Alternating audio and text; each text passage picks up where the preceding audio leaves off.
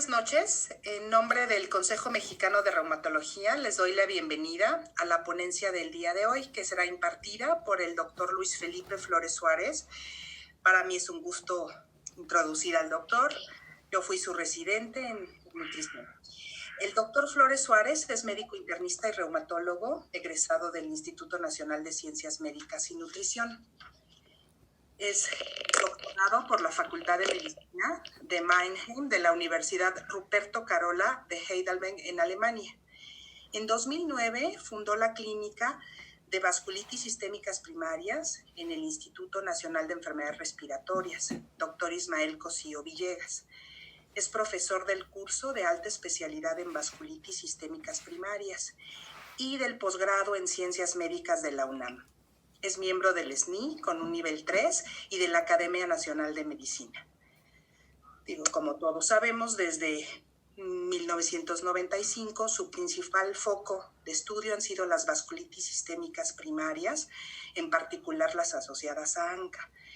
Y bueno, el doctor Flores Suárez, pues para mí es un placer, un privilegio, siempre aprendemos mucho de su amplia experiencia en estos temas. Gracias, doctor Flores Suárez. Le cedo la palabra. Le agradezco mucho, doctora Fragoso. Para mí particularmente también es un honor que me haya presentado usted. Y deseo que todos ustedes estén bien y sus familias también. Y gracias, agradezco el tiempo que se toman para escuchar lo que les transmitiré o intentaré hacerlo hoy. Gracias. Bien, entonces la doctora Vázquez del Mercado, como siempre con la amabilidad que le caracteriza, me ha invitado para hablar sobre vasculitis asociadas con ANCA, y los objetivos realmente de esta charla son presentar en forma ilustrativa algunos casos ejemplares de pacientes con estas patologías, señalar algunos diagnósticos diferenciales, subrayar algunas formas de presentación que ameritan su búsqueda, hablar de algunos puntos relevantes no resueltos, particularmente hacia el final en granulomatosis eosinofílica con poliangitis. No le veo mucho sentido a que esto sea una plática que lleve aspectos clínicos como un repaso. Eso desde luego lo podrán ver mejor y mucho más explicado en otro tipo de ponencias o manuscritos, así que por eso me fui sobre algunos aspectos que trataré en 40-45 minutos de desarrollar, y son los que están aquí expuestos. Bien, no se requiere nuevamente mucho hablar sobre estas vasculitis, simplemente hacer mención de que a partir de la última versión o propuesta de nomenclatura del grupo reunido, la reunión de consenso de Chapel Hill, fue muy evidente que las vasculitis de vasos pequeños asociadas con ANCA ya merecían un espacio per se, solo, para diferenciarla de otras vasculitis de pequeños vasos, lo cual en la original propuesta de nomenclatura del 94 no estaba tan definido. Y lo interesante es recordar la enorme afección orgánica que puede tener este tipo de vasculitis, en donde alteraciones desde muy superficiales, y no es, por llamarlo así, un albur, ¿no? Manifestaciones tan superficiales como las dérmicas, que pueden ser muy complejas, hasta muchas otras que pueden involucrar desde luego pulmones y otros órganos para llevar a un daño muy importante, y el riesgo que para la vida tiene esto distingue a estas vasculitis. Y quiero empezar con un caso de una mujer de 53 años, la cual empezó en noviembre de 2017 con úlceras orales y una enfermedad repetitiva de vías aéreas superiores que tuvo por 4 ocasiones a lo largo del primer año o incluso menos de su evolución, y a lo que se agregó linfadenopatía de manera muy importante con sinusitis. Y en esa ocasión el departamento de cirugía de cabeza y cuello y otorrinolaringología de la institución donde laboró nos la presentó. Para esto le había realizado ya un drenaje sinusal y una punción evacuadora de manera muy extensa. Y a inicios de diciembre se presentó enfermedad ocular. Se presentó también una enfermedad destructiva muy rápida en vías aéreas, con una gran destrucción maxilar y palatina. Era muy evidente que la paciente ya tenía una comunicación entre la cavidad oral y senos paranasales, y se metió en quirófano.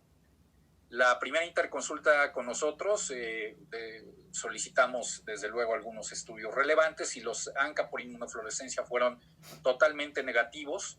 Se pensó en malignidad, incluso esa fue la primera impresión que nos dejó el caso, y la paciente se fue deteriorando muy rápido. Tan es así que se planteó el que se pudiera iniciar quimioterapia como si fuera una paciente con una neoplasia de primario desconocido. Comenté que esto fue muy rápido, en un mes prácticamente se decidió internarse y la enfermedad se generalizó a un grado tal que la paciente empezó a presentar fiebre. Las linfadenopatías fueron mucho más extensas, fueron creciendo y aparecieron otra serie de tumoraciones en otras partes del cuerpo, particularmente en mamas. Aquí se fue la otra mitad, la mitad izquierda de la pantalla debería tener algo muy similar a lo que es esta en ojo. Presentó una escleritis casi perforante, pero aparecieron esas lesiones dérmicas en muy pocos días que parecían o simulaban una dermatitis herpetiforme. Y vean algunos estudios de imagen. Prácticamente lo que les comenté, no tiene septo, ocupación total prácticamente de los antros maxilares izquierdos, y estos fueron los ganglios que se pudieron observar, y además esto es a nivel de cuello, donde se aprecia un incremento del tamaño de la tiroides de manera muy relevante. En los estudios de imagen, vean esta enfermedad nodular tan seria, sobre todo en el lado izquierdo, y a nivel abdominal de manera incidental se vio este engrosamiento de todo el páncreas. Esto es mama, se le hizo una biopsia guiada por aspiración de un nódulo mamario, particularmente era bilateral, pero era asimétrico, y en la mama derecha esto llegaba a medir 9 por 4 centímetros. Las vasculitis asociadas con ANCA son un reto diagnóstico, y me gustaría señalar cómo desde un estudio ya publicado a inicios del milenio, es muy interesante darse cuenta de que los pacientes con granulomatosis con poliangitis han llegado, al menos en este estudio, como comenté, en Estados Unidos, a haber visto antes del diagnóstico a 4 médicos en promedio. Casi la mitad llegaron a consultar el doble. Y lo interesante de este estudio fue que en 14% de los casos se llegó a decirle a los pacientes, alguno de esos 4 a 8 médicos que veían, que su enfermedad era psicosomática.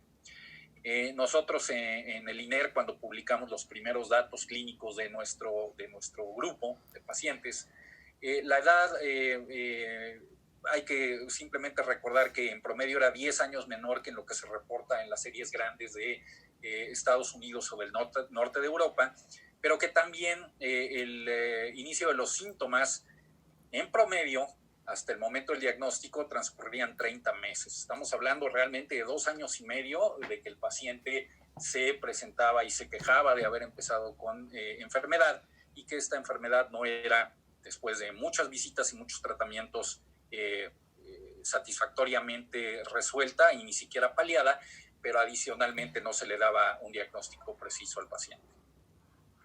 Nuevamente, a partir de ese estudio, vean ustedes cómo el porcentaje de pacientes que tuvieron una certeza diagnóstica, pues era tan amplio como en menos de un mes, afortunadamente poco más de 20% de los casos, hasta más de 24% en un nada despreciable 7 a 6% de los pacientes, y la mayoría de los pacientes, ni siquiera la mitad de ellos, transcurría de 1 a 6 meses para que se le pudiera dar el diagnóstico de la enfermedad. Y estoy hablando incluso de centros, pasaban a veces por un centro importante de medicina interna con todas las especialidades, y hasta que llegaban a un segundo con características similares, es que se les podía establecer el diagnóstico.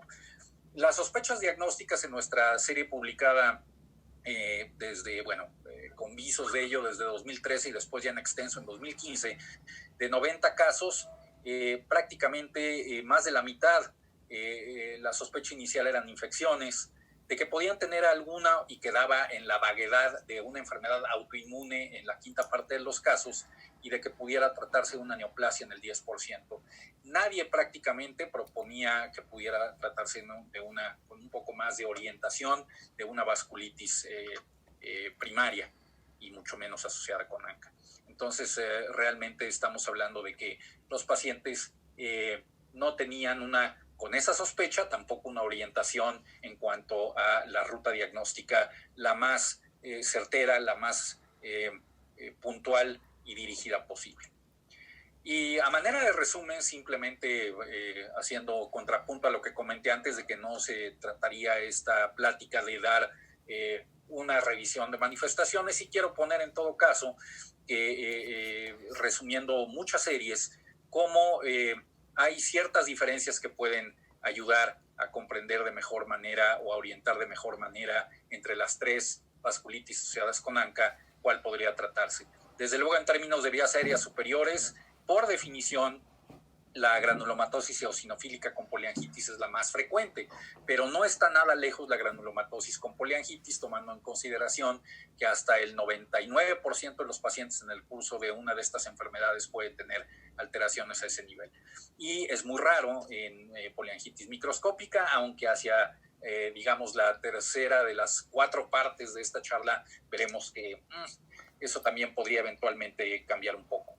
En vías aéreas inferiores, es muy similar el porcentaje, aunque menor para poliangitis microscópica, en donde de manera interesante es más frecuente en algunas series la hemorragia alveolar, pero en todo caso no llega en promedio a más de 30 a 50% de los pacientes con poliangitis microscópica el que desarrollan la enfermedad pulmonar. Lo renal sí, predomina en poliangitis microscópica. La situación articular es muy parecida en las tres. La afección cutánea se llega a ver un poco más en eosinofílica con poliangitis, pero también en poliangitis microscópica. En términos de lo que es la afección del sistema nervioso periférico, es más frecuente en las dos que están hacia la derecha de la pantalla. Y sistema nervioso central, de forma importante, es raro en la poliangitis microscópica en comparación con la gran, además, cantidad de manifestaciones de las cuales se expande la forma de presentación en eosinofílica con poliangitis y en poliangitis microscópica, aunque probablemente esto también pueda empezar a incrementarse más en términos de la afección del sistema nervioso central en granulomatosis con poliangitis, de acuerdo a lo que más recientemente se ha ido describiendo en los últimos 3 a 4 años. La afección ocular es muy predominante en la granulomatosis con poliangitis, y la afección gastrointestinal predomina particularmente en la eosinofílica con poliangitis.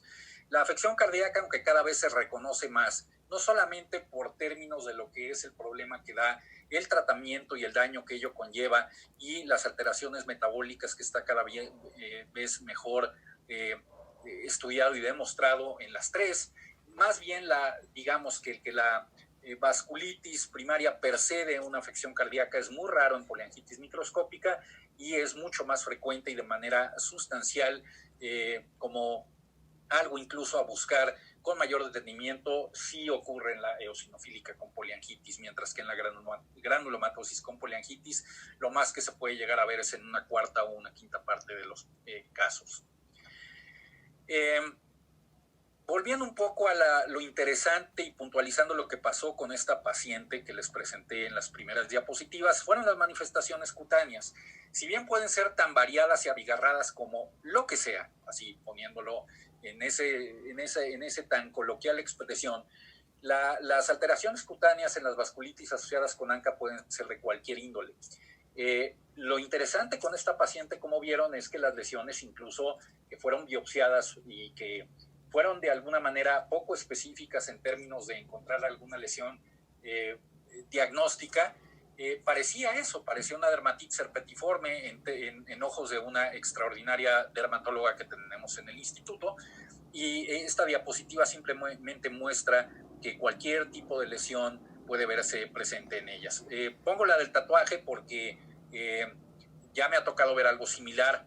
Y cuando los pacientes llegan y están tatuados, sí les digo, por favor, no se le ocurra hacerse otro, porque lamentablemente he visto algunos casos en donde el tatuaje, pues, sí se vuelve permanente, pero por cicatrices, porque pueden desarrollar lesiones, curiosamente, en ese sitio de agresión hacia la piel. Y La paciente tuvo también deformidad en silla de montar, pero no hay que olvidar, de repente ahora actualmente, y sobre todo podría pensarse que mi forma operativa de pensamiento es esa, de que veo a alguien en un camión y le veo esa nariz y me quiero acercar a preguntarle cosas, pues no nada más pienso en GPA, sino en las otras diagnósticos que están aquí. De manera muy importante, nunca olvidar que se le tiene que preguntar al paciente antecedentes de toxicomanías, pero que hay otras enfermedades que, aunque de manera mucho más infrecuente, pueden dar ello. Para el contexto nuestro, además del diagnóstico diferencial que ello implica, policondritis recurrente es otra opción importante, y no olvidarse de repente que en este país todavía hay mucha lepra, sobre todo ahí donde está el cártel de Santa Rosa, y que el rinoescleroma es algo que cuando yo llegué al instituto, muchos de los pacientes que veía otorrinolaringología inmediatamente eran catalogados como portadores o sufrientes de esa enfermedad, y lo cierto es que le dimos la vuelta y casos que no estaba bien demostrado que se tratara de ese proceso infeccioso acabaron siendo granulomatosis con poliangitis. Probablemente por eso el paciente seguía con síntomas y se le seguía hundiendo la nariz, y después ya empezaban con otras alteraciones un poquito más abajo de lo que es oídos, nariz y garganta.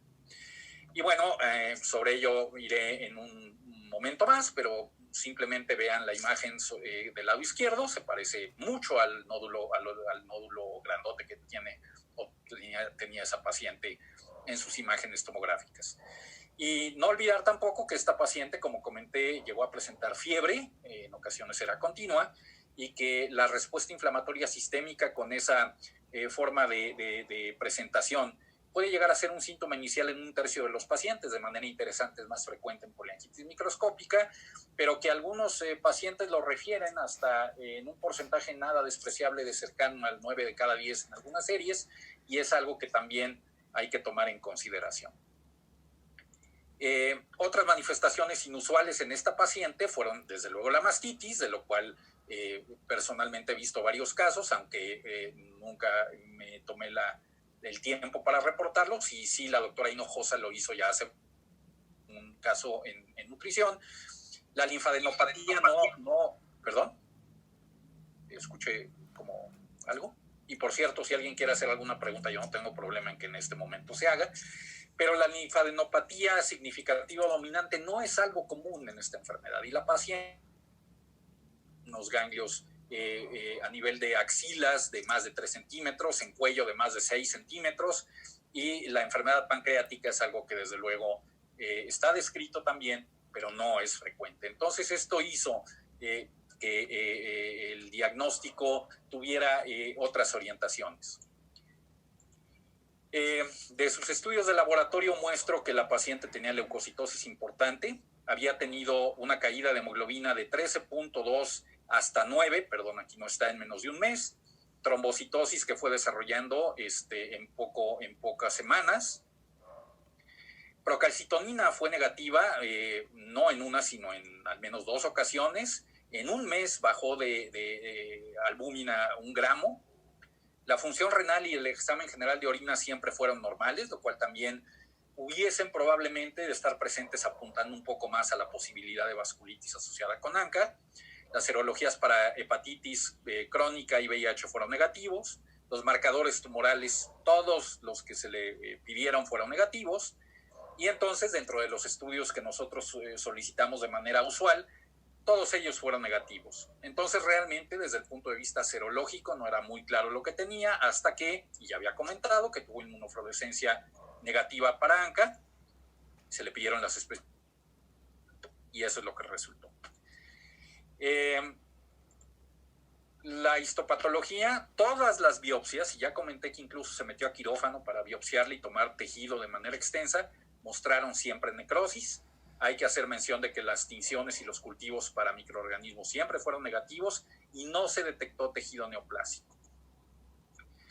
Si hago un poco de paralelismo y traigo a colación algo de las preguntas que se me hicieron hacia el final de la charla hace 2 semanas, quiero precisamente poner esta diapositiva porque esto dio pie a lo que es el consenso más reciente de lo que significan los ANCA específicos para PR3 y MPO.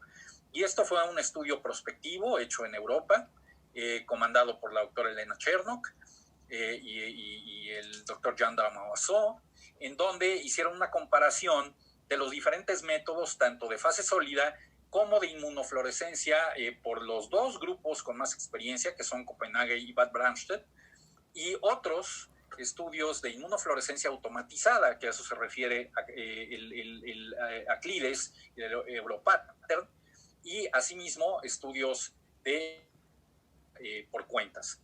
Y vean de alguna manera cómo, aunque pareciera ser sutil, no lo es tanto, como la inmunofluorescencia no automatizada, sino manual en Bad Bramstedt y Copenhague tuvo las menores la curva, mientras que el ELISA fue el que mejor desempeño tuvo en ese sentido, estando todos los otros estudios de automatización de inmunofluorescencia, incluyendo el uso de cuentas, por debajo de los ELISA. Y eso llevó justamente al otro estudio publicado en 2016, en donde dio pie con estos datos a el consenso más reciente en cuanto al empleo de los ANCA para el diagnóstico de vasculitis de pequeño vaso. Y simplemente para recordarles, nuevamente aquí están las inmunofluorescencias hechas en esos dos centros y el empleo de 8 ELISAs de fase sólida por diferentes, desde luego de fase sólida, por diferentes casas comerciales, en donde el desempeño, exceptuando fue muy parecido para todos los demás en términos de sensibilidad y especificidad, lo que permitió, ay mamacita, ¿por qué salió eso? Lo que permitió publicar este consenso de revisión en 2017 en cuanto a la utilidad de los ANCA para granulomatosis con poliangitis y poliangitis microscópica. Y entonces lo que propusimos en conclusión en ese estudio, con los datos de los dos estudios anteriores, particularmente el de la segunda gráfica que les presenté, es que es importante siempre implementar una política de tamizaje adherido a guías clínicas para solicitar ANCA. Y que el consenso anterior, parecido a en 1999, que coordinó la doctora Judy Savage en Australia, era el de los pasos secuenciales. A partir de estos datos, en los últimos años, se propuso entonces el uso de ELISA específico de alta calidad contra proteinasa 3 y mieloperoxidasa, pero en caso de que hubiera negatividad de ambos y la sospecha clínica seguía siendo muy intensa, se podría o utilizar otro estudio de fase sólida o si la inmunofluorescencia, porque hay que recordar que no hay una correlación absoluta del 100%, ni siquiera del 90%, en muchas ocasiones entre el ELISA y la inmunofluorescencia. Es importante que de cualquier manera, y se enfatiza, que no se puede excluir el diagnóstico de vasculitis de pequeño vaso solamente porque el resultado del ELISA empleado e indicado o pedido por primera vez es negativo. Por el contrario, un resultado positivo no es diagnóstico per se, contribuye, como cualquier estudio de laboratorio, al diagnóstico y los niveles ayudan mucho a la interpretación clínica.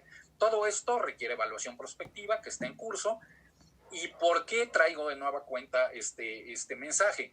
Porque ya vimos en el caso en particular que aunque la paciente pudiera tener algunas manifestaciones sugerentes de vasculitis, hubo muchas otras que no lo hicieron, pero que la búsqueda exhaustiva histopatológica de diagnóstico fue siempre escurridizo, fue muy realmente elusivo, como se podría también decir, que no tuvimos por histopatología un diagnóstico claro y que sin embargo todas las serologías, excepto el ELISA específico contra proteinasa 3, fue claramente positivo a niveles mayores a 5 veces lo usual. Y aunque no tuvimos una confirmación histológica, esto hizo que operativamente el diagnóstico se hiciera de granulomatosis con poliangitis en la paciente, se trató como tal y la paciente actualmente está en remisión, está en excelentes condiciones y por eso hago esta correlación, ¿no? Y otras de las cosas que salieron de ese consenso es que, bueno, todas estas indicaciones clínicas son las mismas que, como comenté, las de 1999 en este estudio coordinado por la doctora Savich, pero se agregó escleritis.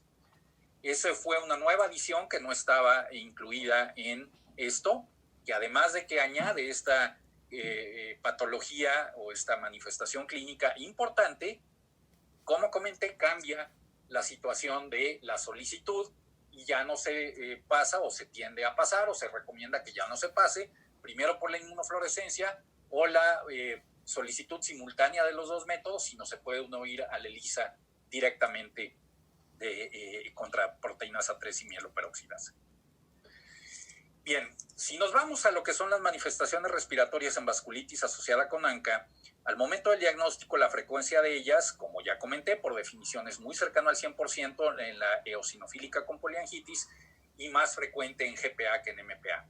Pero en muchas ocasiones la enfermedad respiratoria puede ser la primera y única manifestación de la enfermedad.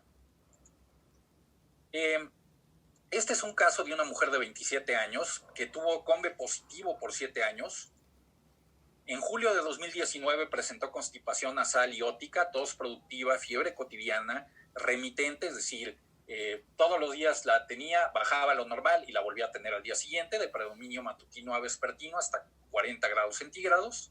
Vio un alergólogo por 2 meses, ya saben, le dio que sus vacunitas y todas estas cosas que los alergólogos hacen y no le sirvió para absolutamente nada. Y en octubre del año pasado, en una consulta de urgencias, que fue la primera a la institución, se le detectó rinosinusitis aguda, se le dio la levofloxacina a dosis adecuada por el tiempo apropiado, pero la tos aumentó. Entonces le pidieron esta radiografía de tórax, que claramente es anómala, y cuando se le hace tomografía de alta resolución, se aprecia muy claramente, y me quiero ir sobre todo a la imagen de en medio, a este nivel,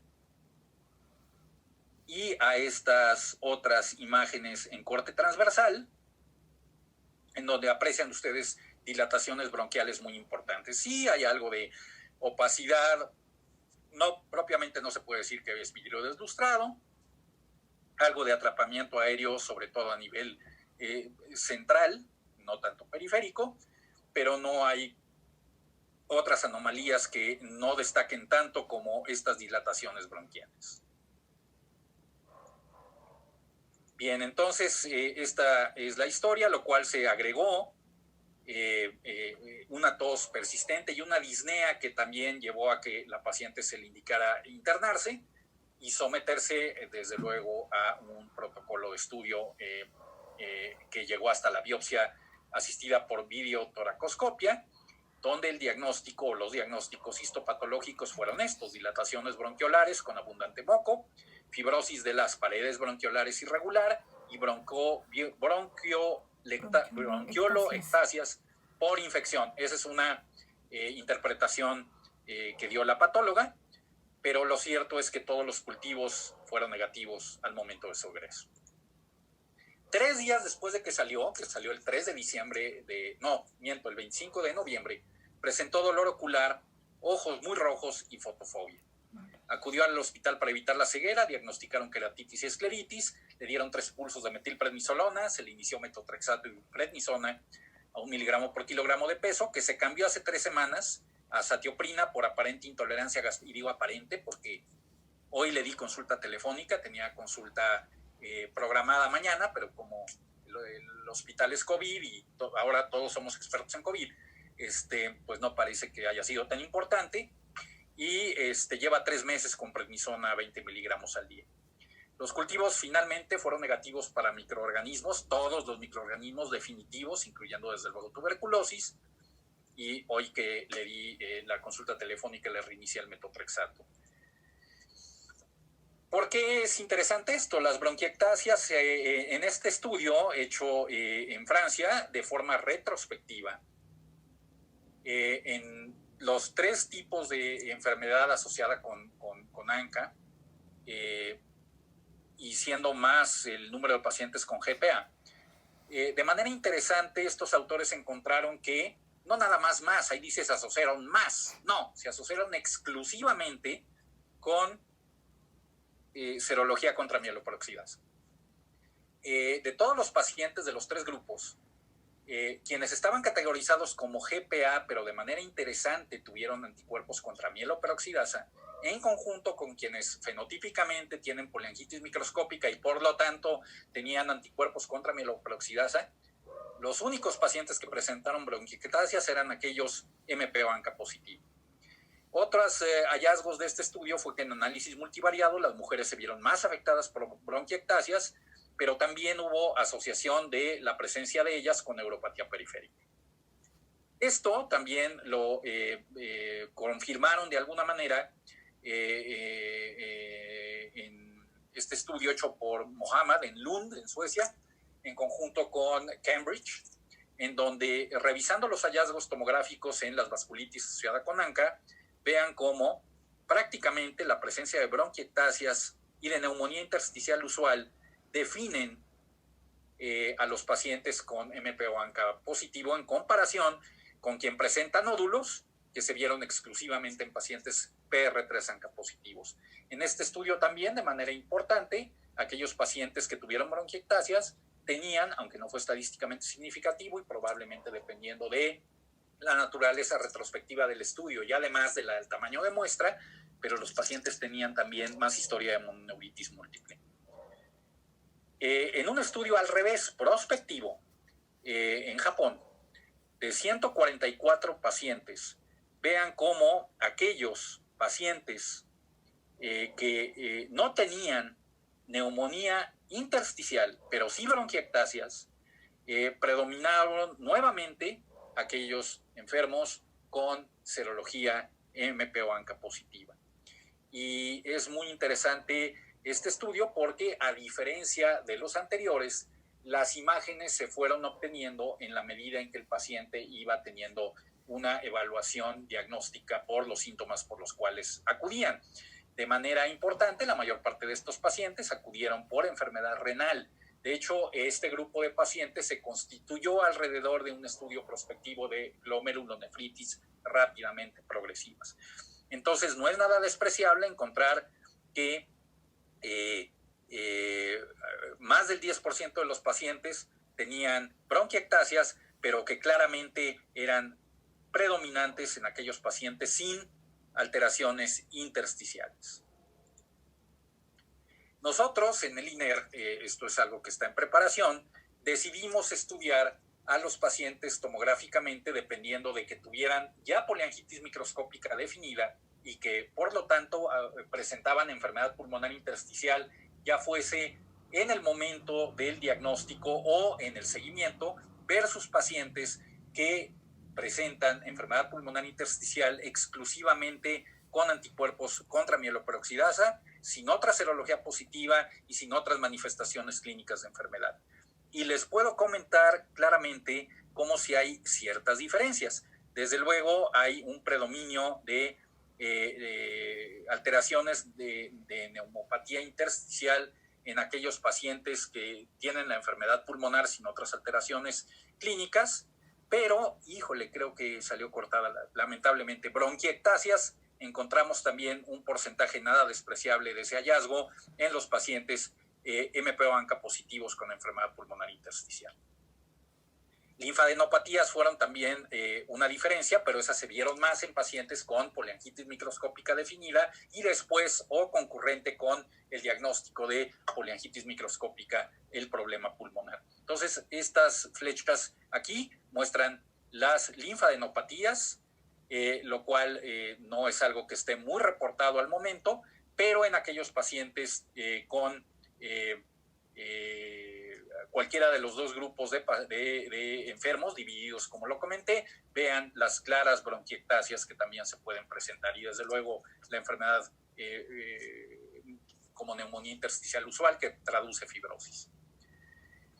En este estudio, que es el más reciente en términos de bronquiectasias en pacientes con vasculitis asociada a ANCA y que también es retrospectivo, de 61 pacientes, lo interesante es que aquellos que presentaron bronquiectasias antes de otras manifestaciones de vasculitis asociada con ANCA tuvieron una supervivencia menor al paso del tiempo. Y otra diferencia fue que también en este estudio se pudo ver que estos pacientes con bronquiectasias precediendo el diagnóstico de, sobre todo, poliangitis microscópica, tuvieron más también afección neuropática. Eran la mayoría también mujeres y todos los pacientes con bronquiectasias fueron MPA-ANCA positivos. Bien, si nos vamos a otras manifestaciones pulmonares, desde luego, y me quiero centrar ahora en la imagen de la derecha, ¿qué tan relevante es en el INER sobre todo la enfermedad pulmonar en asociación con estas enfermedades? La enfermedad pulmonar intersticial, porque puede ser la primera manifestación. En la década pasada se reportaron más de 250 casos de enfermedad pulmonar intersticial en donde la fibrosis pulmonar era la dominante y que era la única manifestación de una vasculitis asociada con ANCA. De este estudio, precisamente, del registro de nefritis rápidamente progresiva, partió el estudio y el hallazgo de las bronquiectasias que les presenté hace un momento, pero también hay que recordar que no fue la hemorragia alveolar la manifestación pulmonar más frecuente, sino fue la enfermedad pulmonar intersticial. Y otra situación interesante es el desarrollo de fibrosis pulmonar en pacientes con poliangitis microscópica. Vean a partir de este estudio claramente cómo hay una diferencia de la incidencia acumulada del desarrollo de una poliangitis microscópica florida en aquellos pacientes que son positivos con enfermedad pulmonar intersticial contra o presentando anticuerpos contra MPO en comparación con aquellos que permanecen negativos. Y dos aspectos más salieron o surgieron de este estudio interesantes en términos del desarrollo con el tiempo de la poliangitis microscópica en otros órganos. Uno era justamente el patrón de neumonía intersticial usual y el segundo punto era que para este patrón, para esta enfermedad pulmonar intersticial, el paciente no hubiese recibido tratamiento. Por otro lado, dos estudios son importantes recordarlos. Por un lado, el estudio del grupo francés, ya publicado hace varios años, en donde de 49 pacientes, 40 de ellos con poliangitis microscópica, el 88% siendo MPO-ANCA positivos, prácticamente en la mitad de estos casos, la fibrosis pulmonar precedió otras manifestaciones de poliangitis microscópica.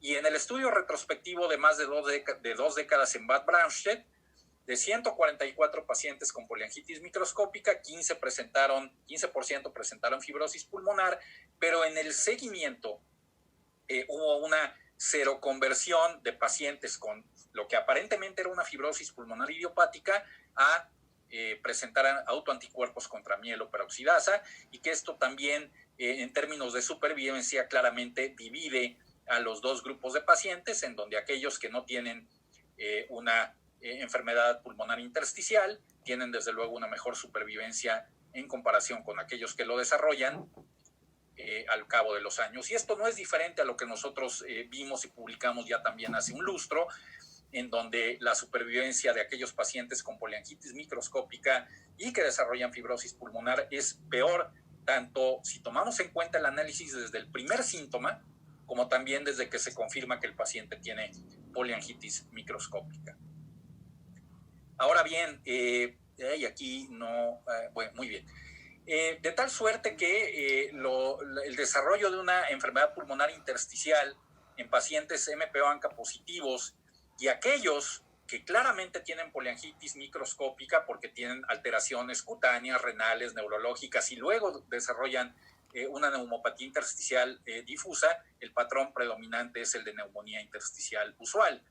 Ahora bien, aquellos, estoy hablando de dos tipos de alguna manera diferentes de pacientes en la forma de presentación de la patología, es que las mujeres parecen predominar en el subgrupo que desarrolla poliangitis microscópica, de tal manera que tienen más enfermedad en otros órganos, y esto lleva a una pregunta si es muy parecido como en otras enfermedades autoinmunes, donde el sesgo por sexo es también predominante en mujeres. Ahora bien, En conjunto con el doctor Ulrich Specks hemos diseñado o pensado en varios escenarios en términos de la asociación de enfermedad fenotípica, autoanticuerpos y el tipo de presentación de una patología intersticial pulmonar. Entonces, podría ser que el primer escenario son aquellos pacientes que tienen una neumonía intersticial usual en conjunto y o una neumonía intersticial no específica, desarrollan después MP o ANCA y posteriormente desarrollan poliangitis microscópica. El segundo escenario es ese mismo tipo de pacientes que desarrollan anticuerpos contra mieloperoxidasa, pero después tienen una, por llamarlo así, es un concepto no claro, que para los japoneses sí, ellos apoyan mucho ese concepto, que se le podría llamar vasculitis pulmonar limitada y después desarrollan poliangitis microscópica. Nice. Otro escenario son algunos casos de fibrosis pulmonar, sobre todo, que desarrollan anticuerpos, y esto es un símil al mismo tiempo de lo que puede estar pasando a nivel microscópico con vasculitis y después tienen riesgo de poliangitis microscópica. Y hay otros pacientes que bien pudieran tener primero la aparición de los autoanticuerpos, desarrollan después la poliangitis microscópica y finalmente en una progresión, por llamarlo así, desarrollan la enfermedad pulmonar intersticial. Oh my God. El tercer caso es el de una mujer de 20 años que tuvo no me voy a detener mucho porque no, aunque las diapositivas pueden estar algo cargadas, no es tanto la idea de ir una por una. Simplemente quiero decirles que con ella se presentó claramente con muchas manifestaciones de GPA, aunque la serología fue fundamentalmente tendiente a hablar de poliangitis microscópica fenotípicamente. La biopsia lo demostró. Se catalogó como granulomatosis con poliangitis, MP o ANCA positivo, y lamentablemente en pocos meses perdió seguimiento y se perdió por muchos años. Lamentablemente, esta paciente empezó a desarrollar manifestaciones de vías aéreas, y lo interesante de esta diapositiva, que es a donde me quiero centrar, es que fíjense donde dice actividad. Ella llegó de regreso con nosotros, habiendo sido tratada con antimicrobianos únicamente, y prednisona a dosis bajas. Y cuando tuvo una recaída rinosinusal se le agregó metotrexato y entró en remisión rápidamente. Es decir, en menos de 5 meses la paciente ya estaba en remisión, pero se documentó estenosis subglótica y en broncoscopia estenosis traqueal también y bronquial. Y esto continuó a pesar de que la paciente clínica y serológicamente y por estudios paraclínicos se mantuvo siempre en remisión clínica. Tan es así que en un momento determinado ella motu propio decidió suspender el metotrexato, aunque se mantuvo con prednisona, y lamentablemente al tener una telectasia muy importante con infección se tuvo que someter a lobectomía. Esto es porque tuvo una estenosis completa de un bronquio segmentario. Y esto después ameritó que empezara a efectuarse mensualmente broncoscopias. Y simplemente es para comentarles el extenso daño que la paciente presentó, por ejemplo, a nivel de bronquios principales, 70%, una estenosis traqueal compleja, y cada vez que entraba se tomaban biopsias, siempre mostraron solamente cicatrización, tarde o temprano mostraron también datos de malasia y no de actividad.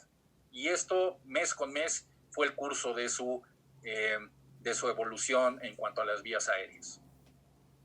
Esto en ocasiones se dilataba, en otras se colocaban endoprótesis, las cuales se retiraban periódicamente para evitar cambios por cuerpo extraño o infección.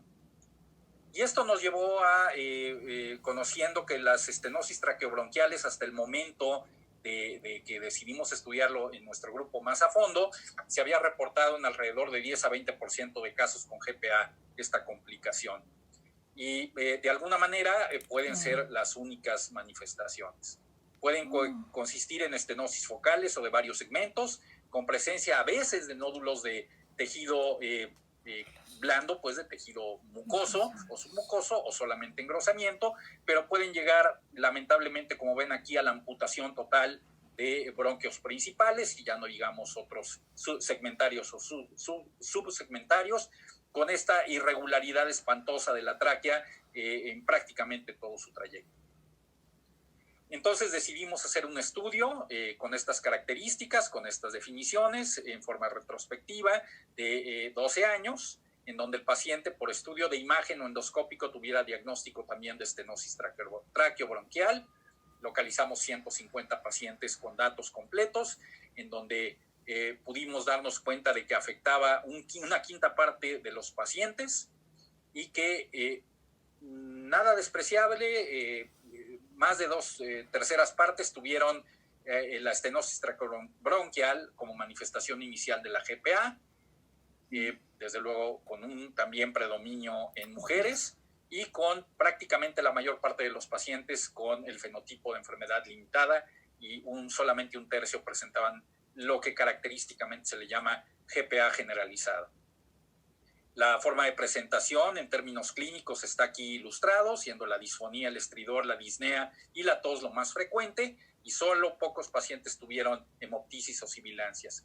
De los pacientes que tuvieron otras alteraciones está aquí documentado, siendo, como comenté, solamente 1/3 con manifestaciones renales. Estos son los resultados de la serología de ANCA al momento de que se tomó por primera vez, y vean cómo no es despreciable el número de pacientes que tienen MPO-ANCA como autoanticuerpo presente en su suero. Estos fueron algunos de los hallazgos de fisiología pulmonar y de tomografía. Hay que hacer mención que 13% de los pacientes tuvieron nódulos, 10% atelectasias, 7% bronquiectasias, vuelvo al punto, y enfermedad intersticial con un patrón usual en un mínimo porcentaje, pero el 72% de los pacientes tenían alteraciones tomográficas, tanto en vías aéreas inferiores como en pulmones. Y lo importante de estos pacientes es el número de recaídas en términos de el estrechamiento traqueobronquial. Entonces vean cómo hay pacientes que incluso han llegado a presentar 7 recaídas a lo largo de su evolución en esto que está graficado en meses en términos temporales. Una de las conclusiones importantes de este estudio es que las pacientes de sexo femenino son las que más se ven afectadas por estenosis traqueobronquial.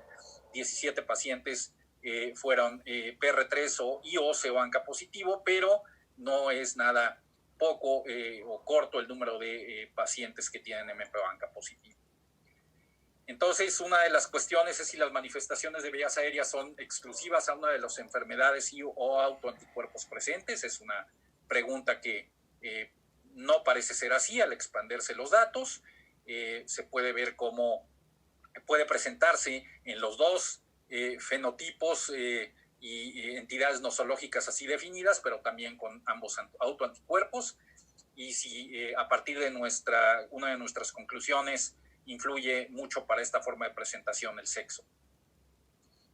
Quizá la etnia también juegue un papel en esta situación, porque no es algo tan frecuentemente observado hasta ahora, por ejemplo, en pacientes de Asia. La última parte de la plática es sobre granulomatosis eosinofílica con poliangitis. Como sabemos, tiene 3 componentes y es muy importante saber que hay varios criterios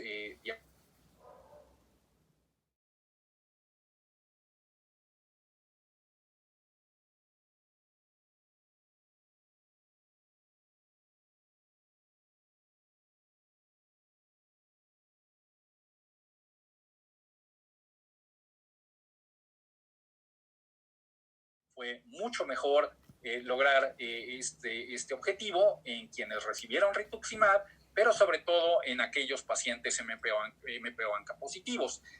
Lamentablemente no se pudo, como ven, al cabo de los meses, retirar totalmente los glucocorticoides, sobre todo por la persistencia de asma.